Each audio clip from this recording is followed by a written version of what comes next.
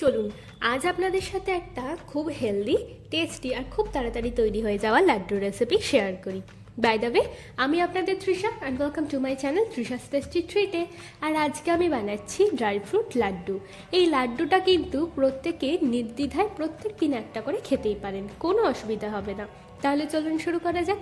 Dry fruit laddu বানানোর জন্য আমি এখানে 200 গ্রাম মতো খেজুর নিয়েছি। এবার খেজুর থেকে বীজটাকে আমরা আলাদা করে নেব।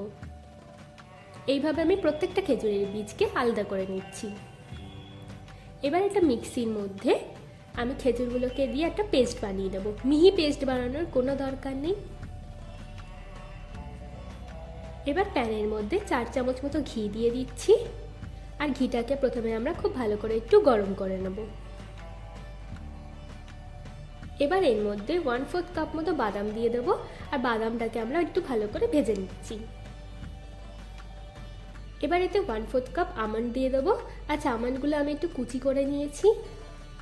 আমন্ডগুলো ভাজা হয়ে গেলে আমি এর মধ্যে 1/4 কাপ কাজু দেবো। এই সব কিছুকে কিন্তু আমাদের খুব কম আছে ভালো করে ভেজে নিতে হবে। এবার এর মধ্যে আমি 1/4 কাপ আখরোট দেবো।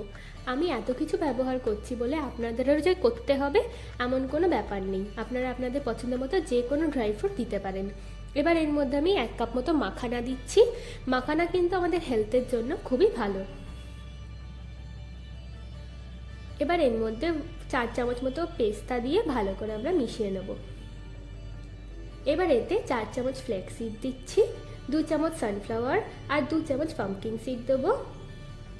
আর দিচ্ছি 1/4 কাপ মতো কিশমিশ। এবার এই সব কিছুকে আমাদের খুব ভালো করে ধৈর্য ধরে একটু ভেজে নিতে হবে। ভাজা হয়ে গেলে আমি একটা প্লেটের মধ্যে সব কিছুকে তুলে রাখবো। এবার আবার প্যানে 1 চামচ ঘি দিয়ে ঘিটাকে ভালো করে আমরা গরম করে নেব। আর খেজুরের পেস্টটা দিয়ে দিচ্ছি। দিয়ে আমরা হালকা একটু মিশিয়ে ভেজে নেব। এবার এর মধ্যে অল্প একটু জল দিয়ে ভালো করে মিশিয়ে নিচ্ছি। এবার এর মধ্যে আমি ড্রাই ফ্রুটগুলো দিয়ে দেবো। এবার দেবো স্বাদ মতো একটু নুন দিয়ে এই সব কিছুকে আমরা ভালো করে একটু মিশিয়ে নেব। দেখুন আমাদের ভালো করে মেশানো হয়ে গেছে। এবার আমি হালকা একটু এটা ঠান্ডা করে নেব।